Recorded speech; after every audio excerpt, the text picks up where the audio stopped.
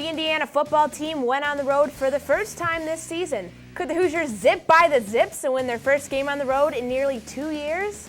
Women's soccer hosted in-state rival Butler, off to their hottest start in team history.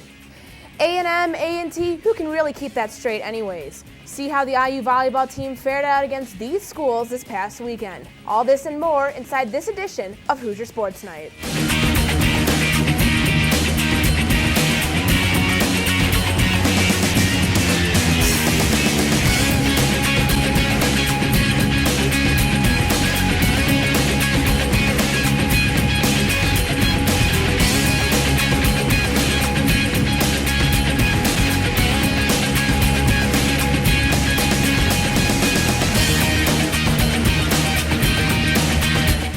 Welcome into Hoosier Sports Night with Courtney Cronin. I'm Ronan O'Shea. Well, don't look now, Hoosier fans, but Indiana football is 3-0.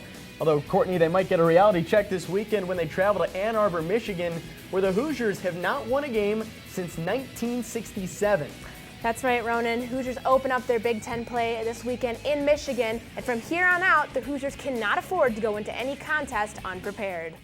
When looking back at the dismal 2008 season, it's hard to believe that the Indiana football team began the year 2-0.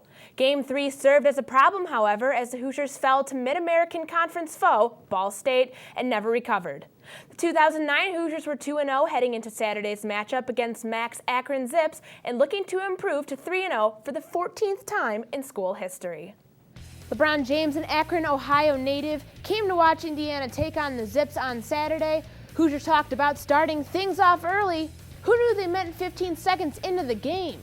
Cornerback Ray Fisher returns a 91-yard kickoff for a touchdown, the first time a kickoff has been returned since 2007 against Northwestern by James Bailey.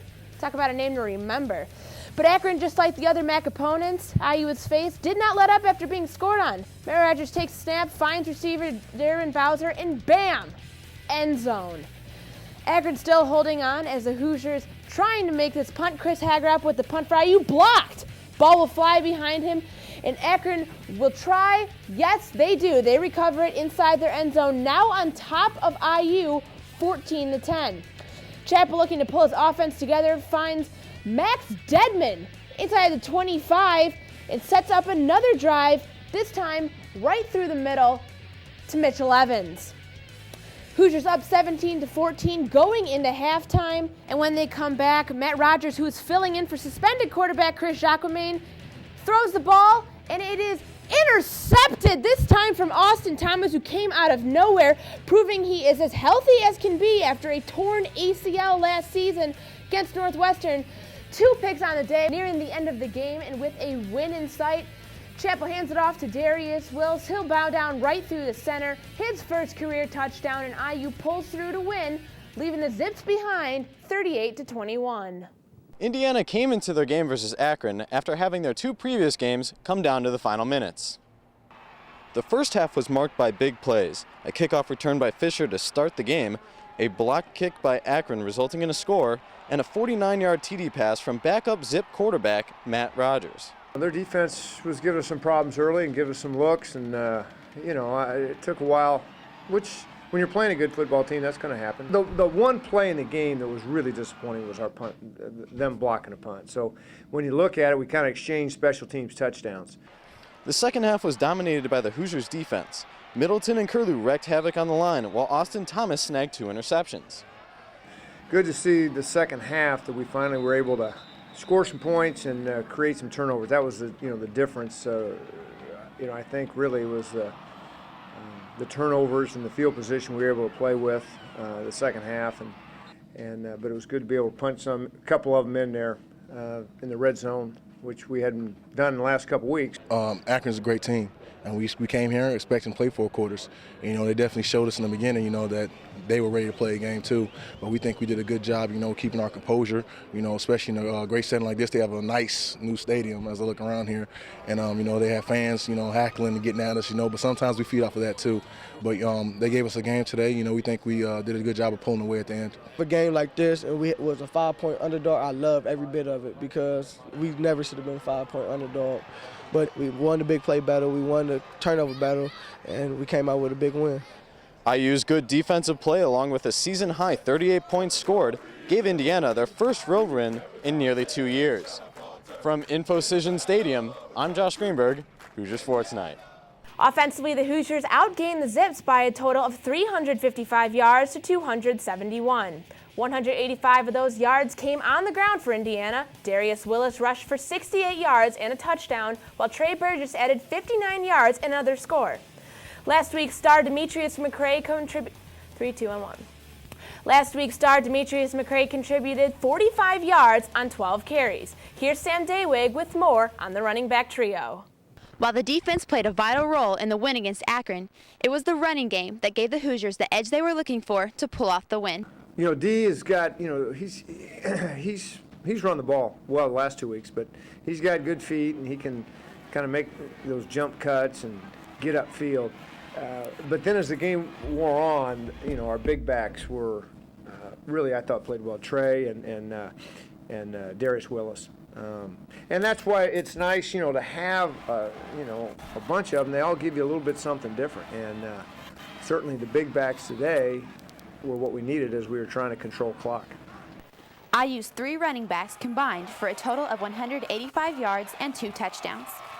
After a fumble on his first career carry and an injury that had him sidelined against Western Michigan, freshman Darius Willis led the backs with 66 yards on 15 carries and his very first touchdown. All the backs ran hard. They ran really well, had great ball security, and you know, I think they've gotten better every week. I really do. I think they've improved every week, and the running game has improved every week. In the past few years, IU has been looking for the right combination to be successful in the running game. Though not yet perfected, things are looking up for the Hoosiers and their 3 improved running backs. You know, to me, it's a little bit of a reward of the hard work we put in, and we've talked all along that we're just trying to get a little better every day, you know, and everybody gets tired of hearing that, but that's really been our approach. And I think, you know, today showed some of that improvement in the areas that we've talked so much about. And after the game, the players made it clear that they will need to run the ball well again next week as they head to Michigan. In Akron, Ohio, I'm Samantha Dewig, Hoosier Sports Night. All right, thank you, Sam. You know, they say that offense wins games while defense wins championships. While this statement has its truths, there is something to be said about the way IU's defense has performed all season. On Saturday, senior safety Austin Thomas, who tore his ACL last year, had 2 key interceptions that helped the Hoosiers win the turnover battle and solidify a win. My co-anchor Courtney Cronin has more from Akron. After months of rehabilitation during the offseason, Austin Thomas tried to get back to the player he was after tearing his ACL against Northwestern last season. In Saturday's matchup against Akron, the old Thomas was back. The ball was just coming to him, and sometimes that's just what it be some games. As long as he just took it and was in the right place at the right time, that's all you can ask for. When you see 2-0 back there, you just know plays are going to get made, and that's my roommate. So, you know, we're going to go home tonight. You know, I'm going to let him know he did a good job and keep bringing it every week. I mean, he's a very talented player. You know, he's a smart football player. He has a good sense for the game, a good nose for the ball, and he definitely came up today and made big plays for us. Thomas recorded 2 interceptions for 77 yards, and although remaining humble about his play, it's no surprise to the rest of his team that Thomas knew where to be at the right time. All the credit up to our front seven. Our front seven was putting pressure on the quarterback all day long, making it tough for him, making it hard for him to make decisions, and, you know, that helped us out. Austin's a great football player. He was definitely in the right place at the right time, and D-line put pressure on the quarterback, and then it forced him to throw the ball away, and then Austin was there to get it. He's in a position to catch overthrown passes in the middle or tip balls. And both times, I don't know exactly what the down and distance was, but we were able to play our cover 2 where we were, able to, play safeties deep and try to keep things in front of us, and he made plays on both of them. Along with 2 other interceptions by Tyler Replogle and Andre Legrone for a combined 59 yards, the IU defense won the turnover battle and secured a 38-21 win over the Zips. When they force turnovers and we're able to run the ball, that's a good combination. All we've been emphasizing is running to the ball and trying to knock it out, create turnovers, because if we were in the turnover battle and the big play battle, what's the percentage of us losing? They've got, something going, and they you feel it on the sideline, but they're really playing hard and they're making plays, and today they created the turnovers, which are really big. And while he plans to do his best to stay off the injured list for the rest of his time at strong safety, Thomas continues to be an integral part of the IU defense, a force that will be needed as IU enters Big Ten play. In Akron, I'm Courtney Cronin, Hoosier Sports Night. When we come back, we'll have full coverage of the women's soccer team's latest contest against Bill Lynch's alma mater, Butler.